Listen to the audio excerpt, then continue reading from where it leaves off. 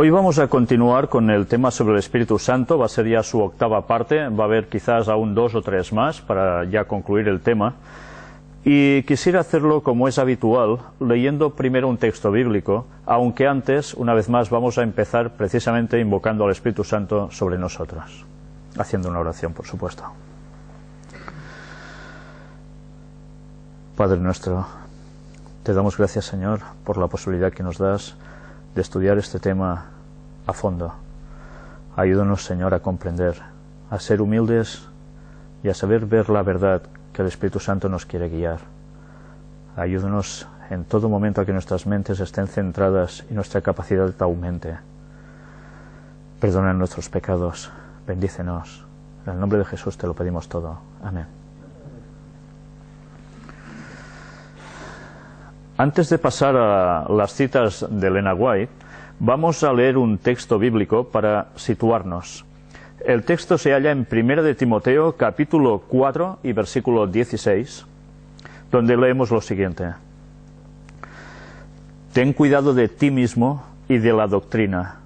Persiste en ello, pues haciendo esto te salvarás a ti mismo y a los que te oyeren.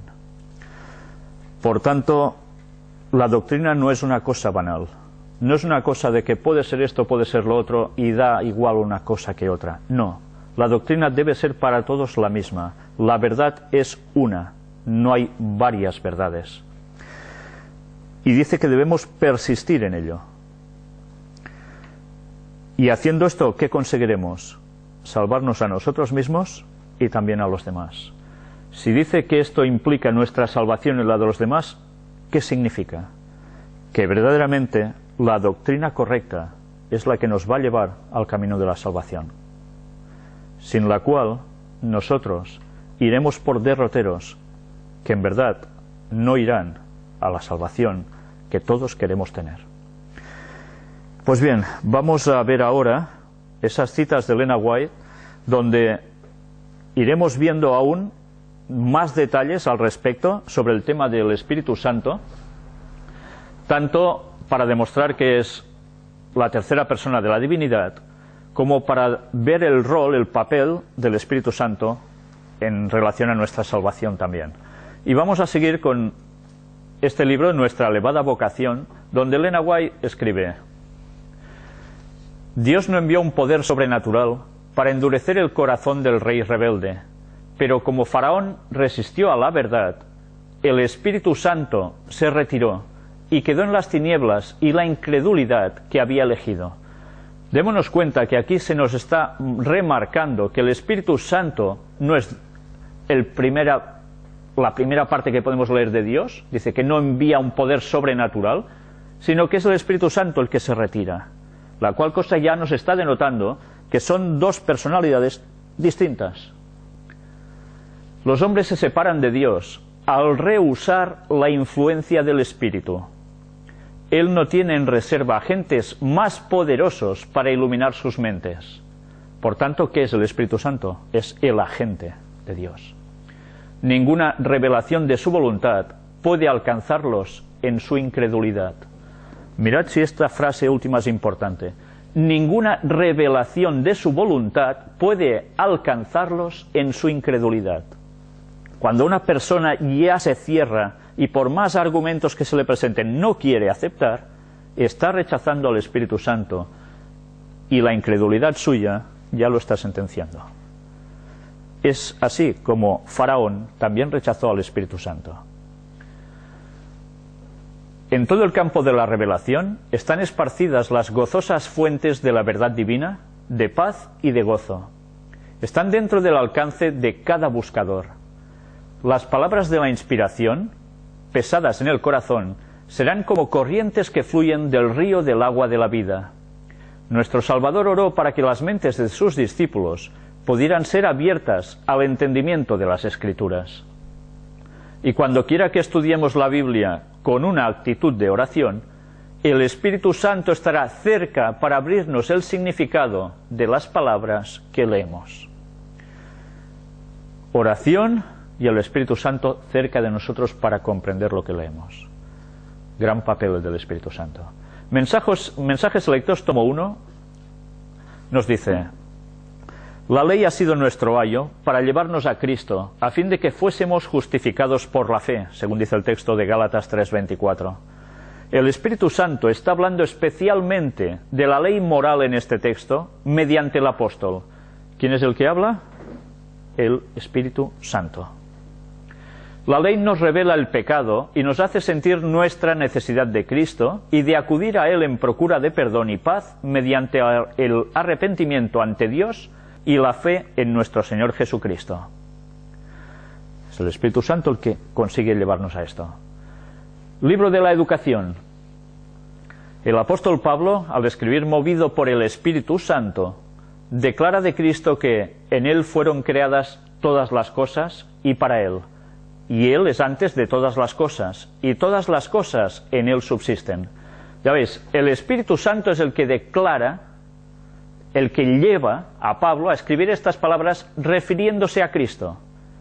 No es Cristo que habla directamente a Pablo para que escriba sobre Cristo, sobre él mismo, sino que es el Espíritu Santo el que lleva a esto a Cristo. La mano que sostiene los mundos en el espacio, la mano que mantiene en su disposición ordenada y actividad incansable todas las cosas en el universo de Dios, es la mano que fue clavada en la cruz por nosotros. La grandeza de Dios no es incomprensible. Jehová tiene en el cielo su trono. Sin embargo, es omnipresente mediante su Espíritu. El Espíritu Santo es el que hace la función de omnipresencia. Mirad cuál es su papel. Y ya veis, está diciendo que la grandeza de Dios no es incomprensible. Por tanto, eso algo podemos llegar a entender, ¿no? Tiene un íntimo conocimiento de todas las obras de su mano y un interés personal en ellas. ¿Quién como Jehová nuestro Dios, que se sienta en las alturas, que se humilla a mirar en el cielo y en la tierra? ¿A dónde me iré de tu espíritu? ¿Y a dónde huiré de tu presencia? Si subiera a los cielos, allí estás tú. Y si en el Seol hiciere mi estrado, he aquí, allí tú estás. Si tomare las alas del alba y habitar en el extremo del mar, aún allí me guiará tu mano y me asirá tu diestra. La omnipresencia de Dios, ¿a través de quién? Del Espíritu Santo. Tú has conocido mi sentarme y mi levantarme. Has entendido desde lejos mis pensamientos. Has escudriñado mi andar y mi reposo, y todos mis caminos te son conocidos. Detrás y delante me rodeaste, y sobre mí pusiste tu mano. Tal conocimiento es demasiado maravilloso para mí. Alto es, no lo puedo comprender.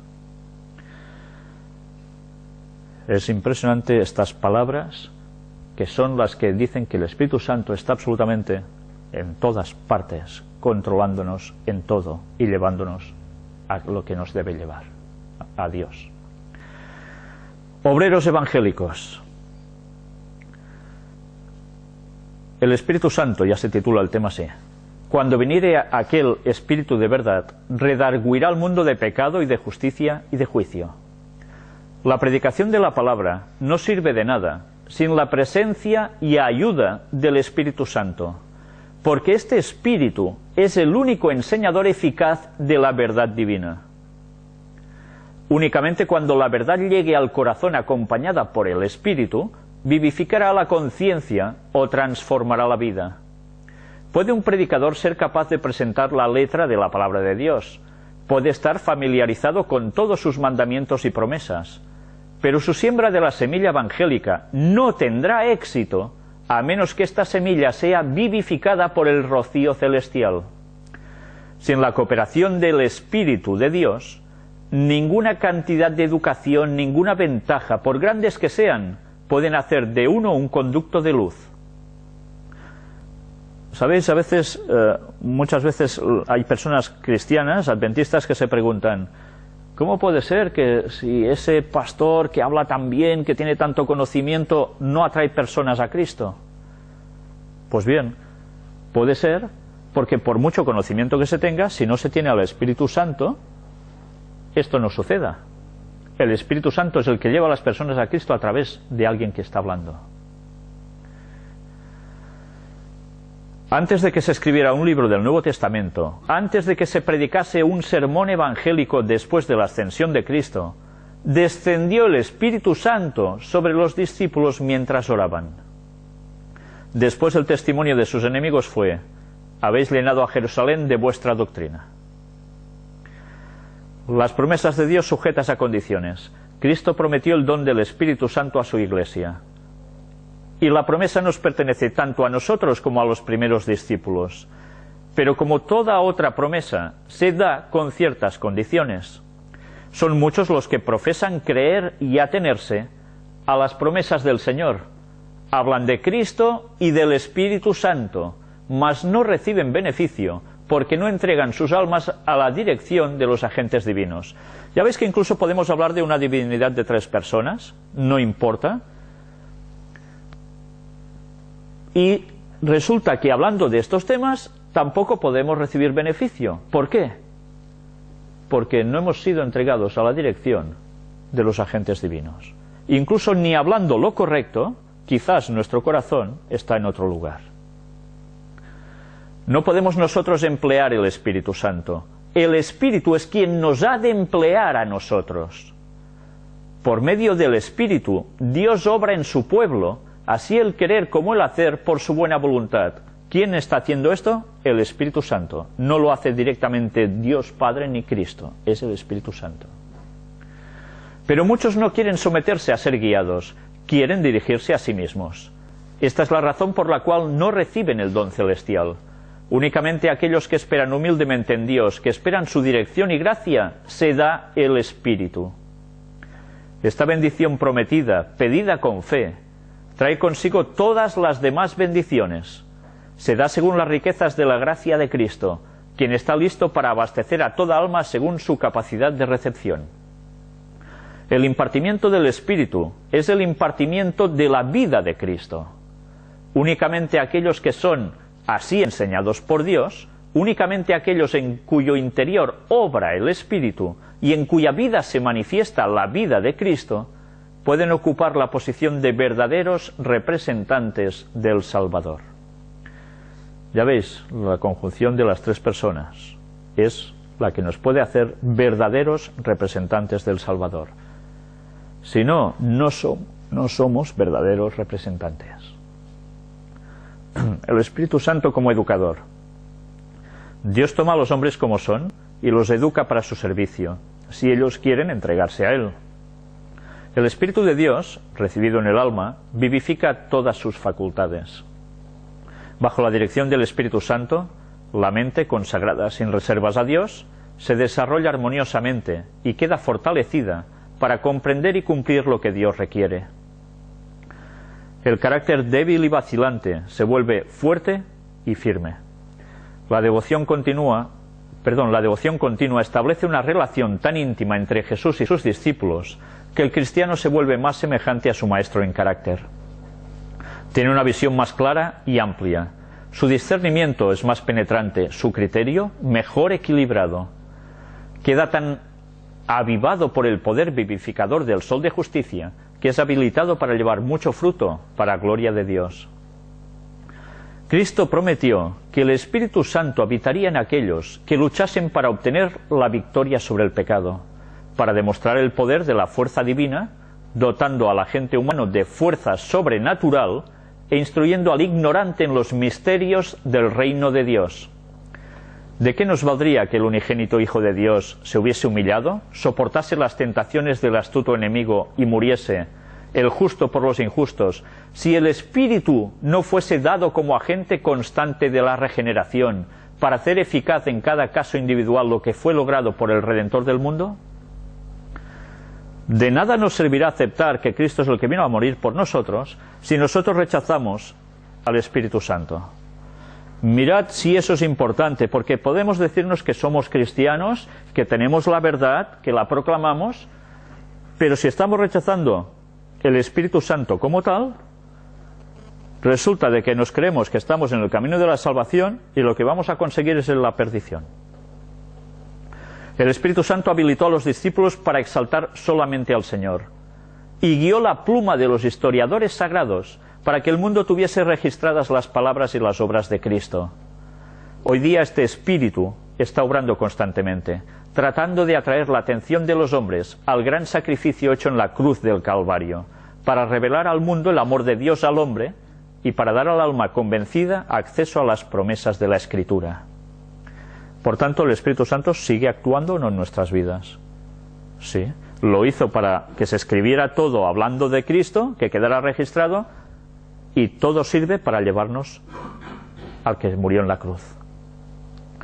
Es el Espíritu el que hace resplandecer en las mentes entenebrecidas los brillantes rayos del sol de justicia, el que hace arder el corazón de los hombres dentro de sí mismos con la recién despertada comprensión de las verdades de la eternidad, el que presenta a la mente la gran norma de justicia y convence de pecado, el que inspira la fe en el único que puede salvar del pecado, el que obra para transformar el carácter, retirando los afectos de los hombres de aquellas cosas que son temporales y perecederas y fijándolos en la herencia eterna. El Espíritu crea de nuevo, refina y santifica a los seres humanos, preparándolos para ser miembros de la familia real, hijos del Rey Celestial. Esto es lo que hace el Espíritu. Cuando uno ha quedado completamente despojado del yo, cuando todo falso Dios es excluido del alma, el vacío es llenado por el influjo del Espíritu de Cristo. A veces, ¿sabéis quién puede ser un Dios para nosotros?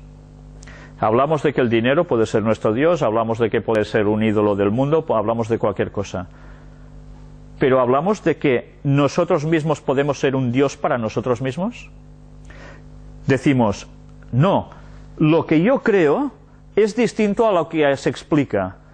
Y lo que yo creo es la verdad, aunque se me diga todo lo contrario, y así se escriba. Entonces, ¿quién es tu Dios? ¿Quieres ser enseñado? ¿Quieres aceptar? ¿O quieres seguir en las tuyas? Por tanto, te estás haciendo a Dios a ti mismo. El tal tiene la fe que purifica el alma de la contaminación, queda conformado con el Espíritu y obedece a las cosas del Espíritu. No tiene confianza en sí mismo. Para él, Cristo es todo y está en todo. Recibe con mansedumbre la verdad que le es constantemente revelada y da al Señor toda la gloria diciendo, Dios nos lo reveló a nosotros por el Espíritu. Y nosotros hemos recibido no el Espíritu del mundo, sino el Espíritu que es de Dios, para que conozcamos lo que Dios nos ha dado. El Espíritu revelador también obra en él los frutos de justicia. Cristo está en él como fuente de agua que salte para vida eterna. Él es un sarmiento de la vid verdadera y produce ricos racimos de fruta para la gloria de Dios. ¿Cuál es el carácter del fruto producido? El fruto del Espíritu es caridad, no odio, gozo, no descontento y aflicción, paz, no irritación, ansiedad y pruebas fabricadas. Es tolerancia, benignidad, bondad, fe, mansedumbre, templanza. Los que tienen este espíritu son fervientes colaboradores con Dios, tienen la cooperación de los seres celestiales y sienten el peso del mensaje que llevan. Hablan palabras de sólido criterio y del tesoro del corazón sacan cosas puras y sagradas según el ejemplo de Cristo. El mensaje que debemos proclamar no es un mensaje cuya declaración necesitemos rehuir. Sus defensores no deben tratar de encubrirlo, de ocultar su origen y propósito. Como quienes han hecho votos solemnes a Dios y quienes han sido comisionados como mensajeros de Cristo, como dispensadores de los misterios de la gracia, nos hallamos bajo la obligación de declarar fielmente todo el consejo de Dios. Todo el consejo de Dios, no una parte, todo. No debemos restar prominencia a las verdades especiales que nos han separado del mundo y nos han hecho lo que somos, porque están llenas de intereses eternos.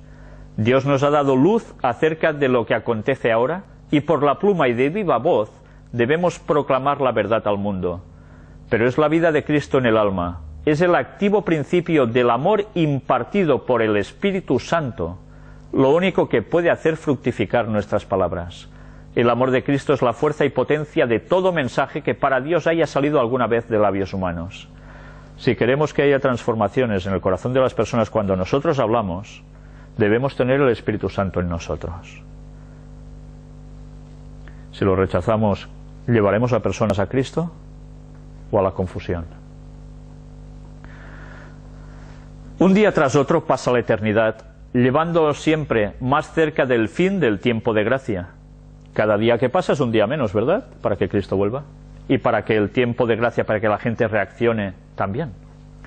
Como nunca antes debemos orar para que el Espíritu Santo nos sea concedido en mayor abundancia, y debemos esperar que su influencia santificadora sea sentida por los obreros, para que aquellos por quienes trabajen sepan que han estado con Jesús y han aprendido de Él. Necesitamos clarividencia espiritual para poder ver los designios del enemigo y proclamar el peligro como fieles centinelas. Necesitamos poder de lo alto para poder comprender, hasta donde pueda comprenderlos la mente humana, los grandes temas del cristianismo y sus principios abarcantes. Los que estén bajo la influencia del Espíritu de Dios no serán fanáticos, sino serenos y firmes, libres de extravagancias en pensamientos, palabras o acciones. Por tanto, que serán equilibrados. En medio de la confusión de doctrinas engañosas, el Espíritu de Dios será un guía y escudo para aquellos que no hayan resistido las evidencias de la verdad y hayan acallado toda otra voz que la de aquel que es la verdad. Mirad, sí es importante esto. Tantas veces intentamos buscar datos en internet, datos en no sé quién, que si ese predica esto, que si el otro predica lo otro, y nos vamos llenando la cabeza a veces de conceptos erróneos que cuando nos vayan bien vamos a aceptar, apartándonos de la verdad y cayendo en un engaño total. Estamos viviendo en los postreros días, cuando se aceptan y creen errores del carácter más engañoso, al par que se descarta la verdad. El Señor tendrá tanto a los predicadores como a la gente por responsables de la luz que resplandece sobre su senda. Nos llama a trabajar diligentemente para juntar las joyas de verdad y ponerlas en el marco del Evangelio. Han de resplandecer con toda su divina belleza en las tinieblas morales del mundo. Esto no puede lograrse sin la ayuda del Espíritu Santo, pero con esta ayuda podemos hacerlo todo. Cuando estamos dotados del Espíritu, nos asimos por la fe del poder infinito. Nada se pierde de lo que proviene de Dios. El Salvador del mundo manda sus mensajes al alma para que se disipen las tinieblas del error. La obra del Espíritu es inconmensurablemente grande. De esta fuente recibe el obrero de Dios poder y eficiencia. Y si veis que hay ministerios que van predicando y no consiguen que hayan conversiones, algo hay que falla, ¿no? Algo hay que falla allí. Los Hechos de los Apóstoles. No es esencial para nosotros ser capaces de definir con precisión qué es el Espíritu Santo. Mirad estas frases que vais a ver ahora. No es esencial para nosotros ser capaces de definir con precisión qué es el Espíritu Santo, y nosotros venga a querer definir el Espíritu Santo. Cristo nos dice que el Espíritu es el Consolador, en mayúsculas, en nombre propio. El Espíritu de verdad, el cual procede del Padre. Se asevera claramente tocante al Espíritu Santo que en su obra de guiar a los hombres a toda verdad no hablará de sí mismo. ¿Sabéis? Hay personas que utilizan este párrafo que acabamos de leer para decir que no, el Espíritu Santo no lo podemos saber exactamente qué es, solo sabemos que no es la tercera persona de la divinidad. Que es una fuerza, es un poder, es Cristo descarnado, es no sé qué. ¿Sí? Iremos leyendo más porque es interesante no pararnos siempre en una frase que a veces es muy mal utilizada. La naturaleza del Espíritu Santo es un misterio. Cuando está hablando de la naturaleza, ¿a qué se está refiriendo? A su composición, cómo está hecho, quién es, qué es, cómo es. Los hombres no pueden explicarla, porque el Señor no se la ha revelado. Por tanto, no le demos vueltas a cómo está hecho el Espíritu Santo, porque no lo vamos a entender, no se ha revelado. Por tanto, caeremos en especulaciones que nos van a llevar a la deriva. Y cuando nuestras mentes dicen, es que una cosa no se puede entender, esto entonces es mentira. No, que nosotros no lo entendamos no quiere decir que sea verdad o mentira. Sencillamente nuestra capacidad mental no puede comprender, y más si no se nos revela. Los hombres de conceptos fantásticos pueden reunir pasajes de las Escrituras y darles interpretación humana. Pero la aceptación de esos conceptos no fortalecerá la Iglesia. En cuanto a estos misterios demasiado profundos para el entendimiento humano, el silencio es oro. ¿Sabéis por qué digo esto? ¿Por qué quiero remarcar este apartado? Porque ella misma nos dice que van a salir conceptos fantásticos reuniendo pasajes de las Escrituras para alegar cosas que realmente no son. ¿Sabéis cuántas veces las personas que intentan decir que el Espíritu Santo no es la tercera persona de la divinidad se cierran en unos cuantos textos donde solo se habla del Padre y del Hijo, y donde allí no se cita al Espíritu Santo para decir, ¿ves? No existe.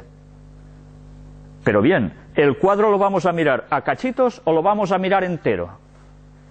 Evidentemente, si no miramos el cuadro de las Escrituras entero, no podemos discernir que hay detalles donde solo se habla de dos personas de la divinidad, a veces las otras dos en otro lado, y así a veces las tres juntas. Pero claro, cuando se habla de las tres juntas, entonces eso molesta. Ese texto está mal hecho, ese texto no existiría, ese texto no sé qué. Pues no, seamos sinceros, y lo que es. Y quien debe cambiar no es la Biblia, somos nosotros. El oficio del Espíritu Santo se especifica claramente en las palabras de Cristo. Cuando Él viniere, redarguirá al mundo de pecado y de justicia y de juicio. Cuando Él viniere. ¿Él es un pronombre?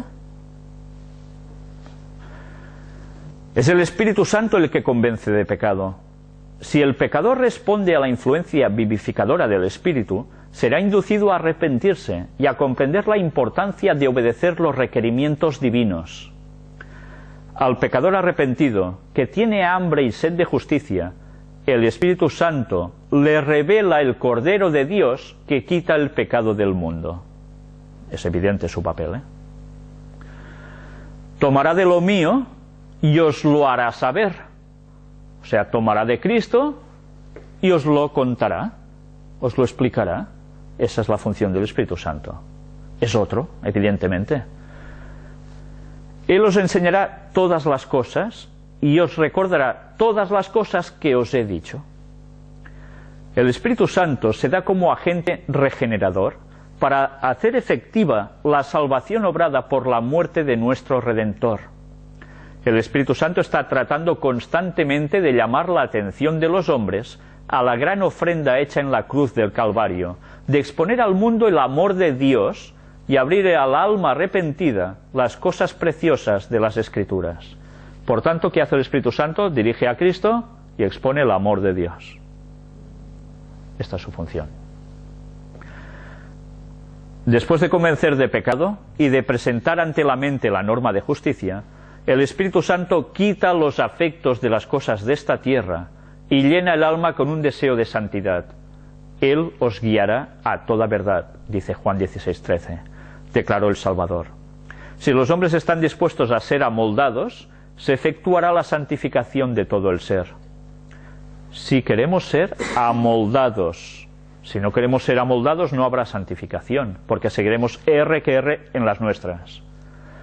El Espíritu tomará las cosas de Dios y las imprimirá en el alma. Mediante su poder el camino de la vida será hecho tan claro que nadie necesite errar.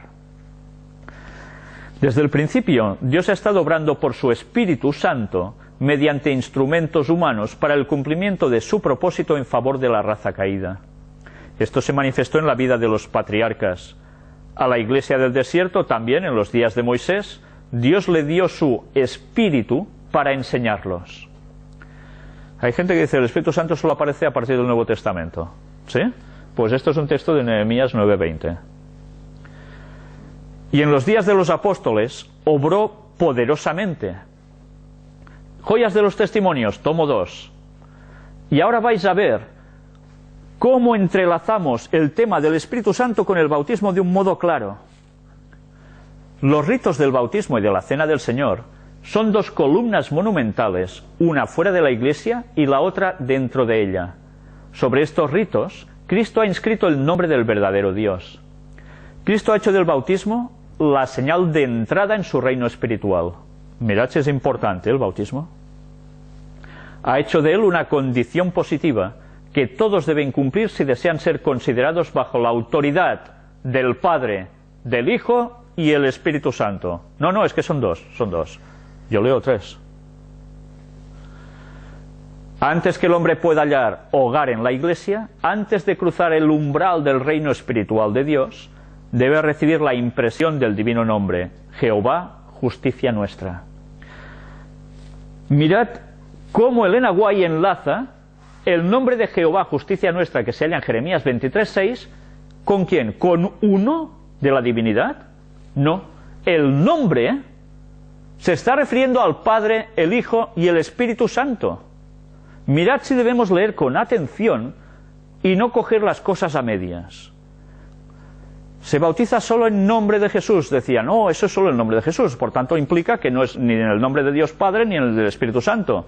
Ya demostramos qué refería ese nombre. Pues bien, aquí lo tenéis expresado en un párrafo también en Elena White. Por el bautismo se renuncia muy solemnemente al mundo. Los que son bautizados en el triple nombre, ¿qué? ¿Es un nombre simple? Es un triple nombre del Padre, del Hijo y del Espíritu Santo. Al comienzo mismo de su vida cristiana declaran públicamente que han abandonado el servicio de Satanás y que han llegado a ser miembros de la familia real, hijos del Rey Celestial. Públicamente el acto del bautismo. El bautismo no se hace a escondidas. No se hace, nos bautizamos aquí que no nos ve nadie y así nadie se entera que yo me hago creyente. No, debe ser una manifestación pública para que la gente reciba el testimonio de que tú te conviertes en ese triple nombre del Padre, del Hijo y del Espíritu Santo. Han obedecido la orden: salid de en medio de ellos y apartaos, y no toquéis lo inmundo. Y para ellos se cumple la promesa: y seré a vosotros padre, y vosotros a mí hijos e hijas, dice el Señor Todopoderoso. Los candidatos para el bautismo necesitan una preparación más cabal. Necesitan ser instruidos más fielmente de lo que generalmente se los ha instruido. Ahora está de moda: les digo 4 cosas, patam, al agua. Ya están instruidos. ¿Sí? ¿Esto es lo que nos alienta el espíritu de profecía? No, nos dice que debemos instruir a los catecúmenos, a los que van a bautizarse, más cabalmente, fundamentándolos bien en las Escrituras. Los principios de la vida cristiana deben ser presentados claramente a los recién venidos a la verdad. Nadie puede depender de su profesión de fe como prueba de que tiene una relación salvadora con Cristo. Ya veis qué relación entre el Espíritu Santo, la divinidad de 3 personas y el bautismo, donde nosotros entramos a formar parte de esta familia real celestial. Si desechamos a uno de ellos, entramos a formar parte de la familia. Tú entrarías a vivir a casa de alguien que hay 3 personas y dices: mira, con estos 2 me llevo fantástico, el tercero no quiero saber ni que existe, tú. No existe, no está, me estorba. O no, este tercero es otra persona, en verdad no es este. ¿Qué buena sintonía llevaríais a esa familia? ¿Podríais estar allí? Imposible, ¿no? Libro del Evangelismo. La señal de entrada en el reino. Cristo ha hecho del bautismo una señal de entrada en su reino espiritual. Él ha hecho de esto una positiva condición con la cual deben cumplir todos los que quieren que se reconozca que están bajo la autoridad del Padre, del Hijo y del Espíritu Santo. Antes que el hombre pueda encontrar un hogar en la Iglesia, antes de traspasar el umbral del reino espiritual de Dios, ha de recibir la impresión del nombre divino, Jehová, justicia nuestra. El bautismo es una solemne renuncia al mundo.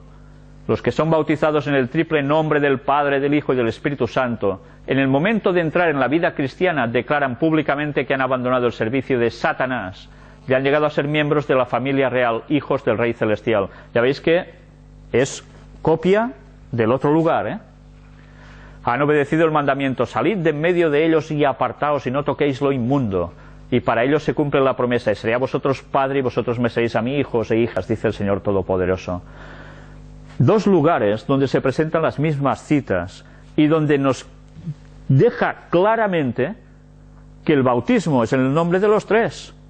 Si no, no se puede ingresar a la familia celestial. Por tanto, si alguno de vosotros que estáis viendo este tema ha sido bautizado solo en un nombre, que no el de los tres, pues no se ha bautizado correctamente.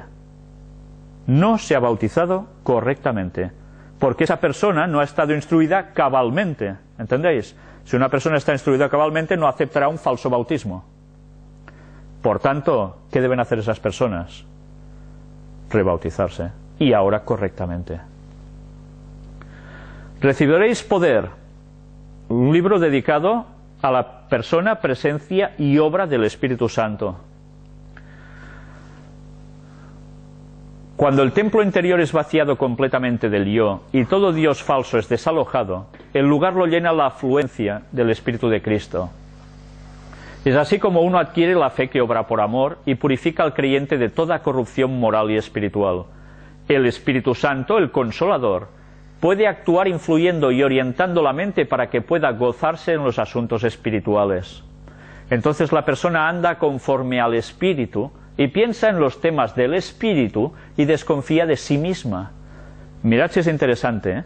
Centrarse en los temas del Espíritu hace que desconfiemos de nosotros mismos, no que nos autocreamos tan superiores mentalmente que los equivocados siempre tengan que ser los demás, por más pruebas que se presenten. Y piensa en los temas del Espíritu y desconfía de sí misma. Cristo es el todo y en todos. El Espíritu Santo en forma constante revela la verdad. Si el creyente recibe con humildad la palabra injertada, tributará al Señor toda su gloria diciendo: pero Dios nos la reveló a nosotros por el Espíritu. Y nosotros no hemos recibido el Espíritu del mundo, sino el Espíritu que proviene de Dios, para que sepamos lo que Dios nos ha concedido. Además de la revelación, el Espíritu también produce frutos de justicia. Cristo es para el creyente una fuente de agua que salte para vida eterna. Es un sarmiento de la vid verdadera que lleva muchos frutos para la gloria de Dios. ¿Cuál es la característica del fruto? Mas el fruto del Espíritu es amor, gozo, paz, paciencia, benignidad, bondad, fe, mansedumbre, templanza. Contra tales cosas no hay ley. Los que tienen el Espíritu serán sinceros colaboradores con Dios. Las inteligencias celestiales cooperarán con ellos y serán probados con el espíritu del mensaje del cual son portadores. Cuando se tenga el Espíritu Santo, las inteligencias celestiales cooperarán con ellos. ¿Quiénes son esas inteligencias celestiales? ¿Qué hay en el cielo? Pues o es Dios, cuando digo es Dios hablo de la divinidad de tres, o son los ángeles, o ambos. La cual cosa quiere decir que como no estemos en sintonía con el Espíritu Santo, habrá una falta de colaboración de los poderes celestiales con nosotros. Constituyen un espectáculo para el mundo, los ángeles y los hombres. Por creer en la verdad, son refinados y ennoblecidos por intermedio de la santificación del Espíritu. En el santuario interior no acumularon madera, heno o rastrojos. Por el contrario, atesoraron oro, plata y piedras preciosas. Está hablando del carácter. Hablan palabras de sólido significado y de los tesoros del corazón extraen temas puros y sagrados, de acuerdo con el ejemplo de Cristo. Las cosas reveladas son para nosotros y para nuestros hijos por siempre, pero las cosas secretas pertenecen a Jehová nuestro Dios. Eso cita, así reza el texto de Deuteronomio 29:29. La revelación que de sí mismo Dios ha dado en su palabra es para nuestro estudio. Esto podemos tratar de entender, pero más allá de eso no podemos penetrar. El intelecto más agudo puede someterse a un esfuerzo abrumador hasta quedar agotado en conjeturas acerca de la naturaleza de Dios. Pero el esfuerzo será infructífero. No se nos ha dado este problema para que lo resolvamos. No hay mente humana que pueda comprender a Dios. El hombre finito no debe intentar interpretarle. No nos permitamos especular acerca de su naturaleza. Aquí el silencio es elocuencia. El ser omnisciente está por encima de toda discusión. Por tanto, no le demos vueltas a cómo está compuesto Dios, de qué está hecho, de no sé qué, si eso no es esto o lo otro. Se nos ha revelado todo lo necesario. Quedémonos con eso. El resto ya lo veremos en la eternidad, si Dios nos lo quiere contar. Profetas y reyes. Aunque Dios no mora en templos hechos por manos humanas, honra con su presencia las asambleas de sus hijos. Prometió que cuando se reuniesen para buscarle, para reconocer sus pecados y orar unos por otros, Él los acompañaría por su Espíritu. Pero los que se congregan para adorarle deben desechar todo lo malo. A menos que le adoren en espíritu y en verdad, así como en hermosura de santidad, de nada valdrá que se congreguen. Interesante, ¿eh? O nos congregamos basándonos también en el Espíritu Santo, o de nada servirá que nos congreguemos. Acerca de tales ocasiones el Señor declara: este pueblo de labios me honra, mas su corazón lejos está de mí, mas en vano me honran. Mateo 15, 8 y 9. Los que adoran a Dios deben adorarle en espíritu y en verdad, porque también el Padre tales adoradores busca que le adoren. Y nosotros vamos a dejarlo aquí, en cuanto a estas citas de Elena White. Proseguiremos más adelante, aún viendo otras citas, para llevarnos a una conclusión, y además vamos a mostrar todos esos escritos que hemos enseñado de Elena White en su versión original, o sea, no en libros como tenemos nosotros, españoles, sino precisamente en los manuscritos originales, donde veréis que si ha habido una alteración, pues se han pegado un martón de alterar cosas tremenda. Sabed una cosa, cuando Elena White estaba aún con vida, se guardaron los primeros ejemplares de todo lo que ella escribió, y ella los podía supervisar perfectamente. Si algo de lo que ella había escrito no estaba correcto, ella enseguida lo hubiese dicho, porque ella lo hizo en alguna ocasión cuando había alguna cosa en la que no estaba de acuerdo. Entonces, por favor, si uno es cristiano sincero y dice que cree también en el espíritu de profecía a través de Elena White, que no busque más excusas, porque las citas son de una claridad meridiana. ¿Debe cambiar nuestro modo de ver a Dios? ¿Es Dios el que tiene que cambiar por tal como nosotros lo queremos ver? Somos nosotros los que debemos ser llevados por el Espíritu de Dios. No nosotros vamos a llevar al Espíritu de Dios como queramos. Por tanto, nos estamos jugando la salvación. Y tened claro que esto no son bromas. Y todas aquellas personas que están alegando que el Espíritu Santo no es la tercera persona de la divinidad, por favor, que reaccionen ya de una vez, porque no me va a afectar a mí, por más que me quieran escribir y llevar la contraria y tantas cosas como quieran, ni a ninguno de vosotros, ni a nadie. Se están jugando su propia salvación. Por eso estamos haciendo estos temas, porque hemos de estar cabalmente fundamentados en la verdad.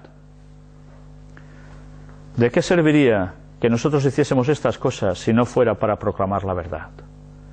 Para que la gente pudiera estudiar y analizar cada cosa que aquí se presenta. Pues bien, siempre os digo, mirad el cuadro completo, nunca miréis las cosas parcialmente, porque os va a llevar a confusión. ¿Sabéis? Hay personas que me dicen, ¿aún sigues con el tema del Espíritu Santo?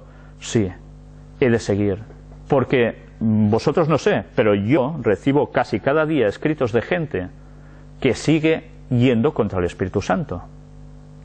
Y sabéis, llega un momento en que uno se satura de ver realmente que uno va mostrando cosas tal como están en la Biblia y escritas en el espíritu de profecía, y otros se empeñan en no quererlo ver. Y se buscan las 1001 excusas y más para querer negar la evidencia. Sinceramente, tened claro que yo no estoy presentando tonterías, estoy presentando la palabra de Dios. Luego que cada uno decida lo que quiera creer. Pero tened presente que no estáis jugando con mi salvación, ni con ninguna de la de vosotros. Estáis jugando con la vuestra misma. Y eso os debería hacer temblar ante el Señor. Porque además, una doctrina mal llevada, incorrecta y pregonada puede arrastrar a muchos a la misma perdición. La responsabilidad es mucha. A mí me haría temblar eso. Quisiera dejaros con otro texto que se halla en el libro escrito de los Filipenses por Pablo, capítulo 3 y versículo 16. Pero en aquello a que hemos llegado, sigamos una misma regla, sintamos una misma cosa. Esa es la verdad, sentir una misma cosa. No podemos estar unidos si la doctrina está siendo manipulada. Por tanto, seamos firmes y mantengamos la verdad hasta el final, porque Dios nos va a pedir cuentas de ello. Y si queremos que el Espíritu Santo esté entre nosotros, crezcamos como congregaciones, crezcamos anunciando el Evangelio a los demás para que más personas se conviertan, el Espíritu Santo debe estar con nosotros de lleno. La tercera persona de la divinidad debe morar entre nosotros y en nosotros. Que el Señor nos ayude a serle fieles hasta el fin. Vamos a terminar con una oración.